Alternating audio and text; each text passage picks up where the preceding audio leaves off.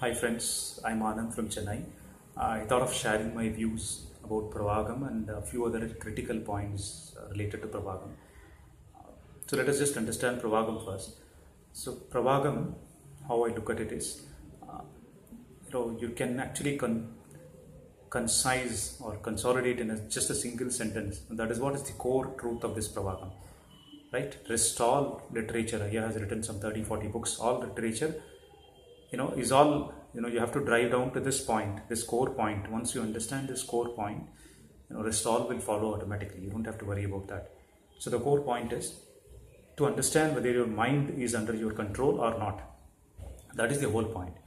But you have to understand this completely. You have to be 100% convinced about this fact. You have to analyze this on your own and understand this. It cannot be like an instruction that you hear from somebody. Like for example, if you're driving a car, if you want to learn driving a car, the instructor can give you so many instructions, like start the engine, release the clutch, apply, press the accelerator, apply the brakes, move the first gear, move the vehicle, then switch to second gear, third gear, and so on. So you cannot, even if you memorize these instructions 100 times, you will still not be able to drive a car. You have to get into the car, you have to start the vehicle yourself, you have to release the clutch, you have to move the first gear, you have to move it to first gear, then you have to press the accelerator, you have to press the brake, then move to second gear, and so on. You have to drive, you have to start driving, right, uninterruptedly, without the car switching off or going off on its own. So that is the experience of driving a car. So similarly, you cannot hear this as an instruction from somebody about the truth of Pravagam, and then it will be very superficial. You have to understand this for yourself. Then only the truth will be your truth. Otherwise, it will always be a borrowed truth from somebody else. Right? So that's the whole point about this inquiry. We have to inquire ourselves and understand that whether this Pravagam concept, whether it works for you, how it fits. What are the problems you're having? How do you think this is not working for you? Where are you stuck? So all those things you will come across once you start inquiring about this truth, right? Okay, then there is almost, most of the times we used to hear that we don't have to put any efforts, we don't have any work inside, whereas we have to work in the external world. So that is true only after you understand the concept. So till we understand the concept thoroughly, so we have to understand our mind, we have to understand the nature of thoughts. In the sense, we have to apply this concept of Pravagam and see, how does it work? Why, if you're getting stuck, what is the problem? Why does it not work? So all those things you have to analyze. So till then there is work, right? You have to go inside and understand all that.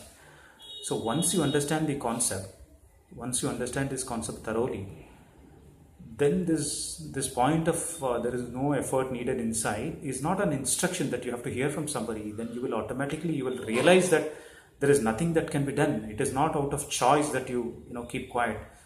There is no choice. You don't have any option but to remain silent and just accept what is. So that is the whole point about. Then you will obviously keep silent and you will not put any efforts inside. So that's the whole point you have to reach at, right? So while doing this inquiry, you have to be really honest about yourself. As far as the external world is concerned, you can be honest, you need not be honest sometimes. All that is up to you. You can take a call and decide however you want to handle the situation. That is different. But when you are doing an inquiry about your own self, you have to be really honest. You cannot push the problems under the carpet and act like there is no problem. That will not help, right? Because only when you accept that there is a problem, you will be able to solve, you will be able to move towards a solution for that problem. You will be able to clarify things, you will be able to move towards a solution. Otherwise, if you don't accept the problem's existence at all, then you can keep dreaming that there is no problem. So that's not going to help, right? So you have to be really honest. If you're not able to understand, if you're not able to agree on the logic, the Pravagam's concept, or if you think that you're getting stuck somewhere, then you have to agree and accept that you're getting stuck. And then see how to be clarified, what can be done, what is the next step, and all that you need to look at. So that's how you can proceed, right?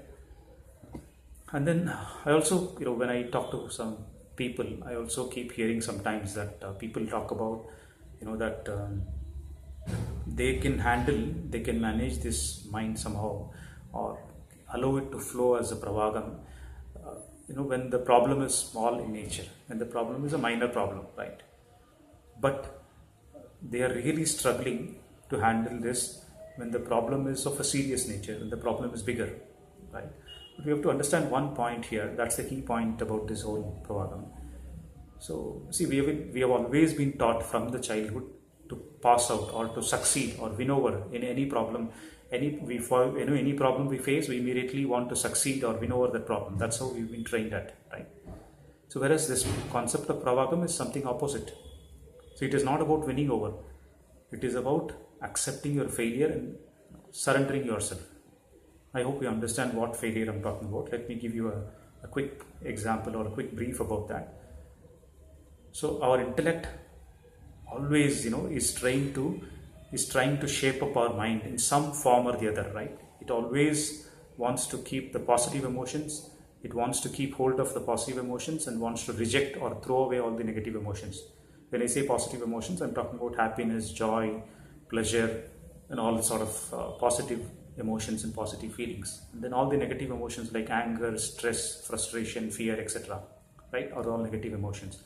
So our intellect always wants something in the form of pleasure, always rejects anything in the form of pain. So our intellect always tries to shape up our mind in such a way that it only keeps or sustains all the positive moments and throws away all the negative moments or negative emotions. That's what it's trying to do.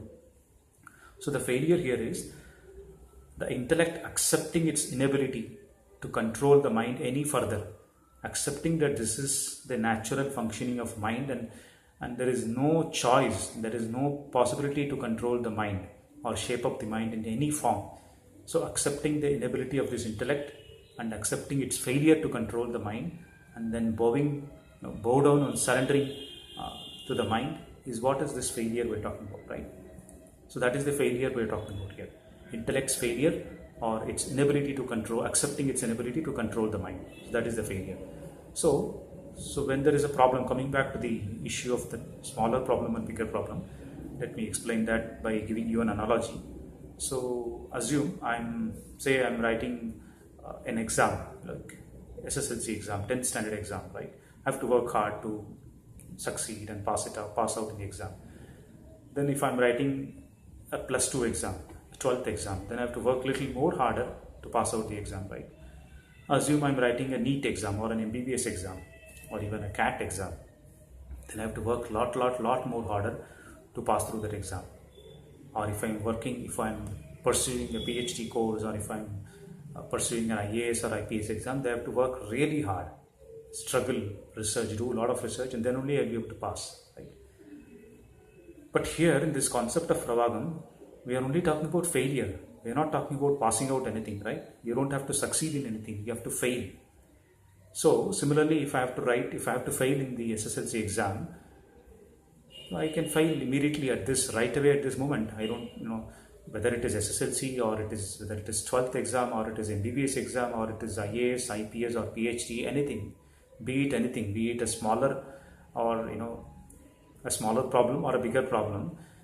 So for failing, I don't have to do anything, right? I have to only accept my inability to control or take control of the problem and then accept my failure and surrender to that. That is what I have to do, right? So whether it's a bigger problem or smaller problem, I don't have to work on it. I don't have to succeed over it, right? That's the whole thing. So whether it's a 10th or a 12th or an MBBS or a PhD, then I have to simply return back the question paper and the answer paper to the examiner without writing anything, accepting that I don't know the subject.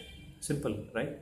So that is how you can look at it. For whether it's a smaller problem or a bigger problem, it is only your failure, which will make you surrender, and then it will lead you to the continuous stream of free flowing pravagam. So that's what we're talking about. So hope you will find these points useful. We'll meet again in the subsequent videos. Thank you. Bye.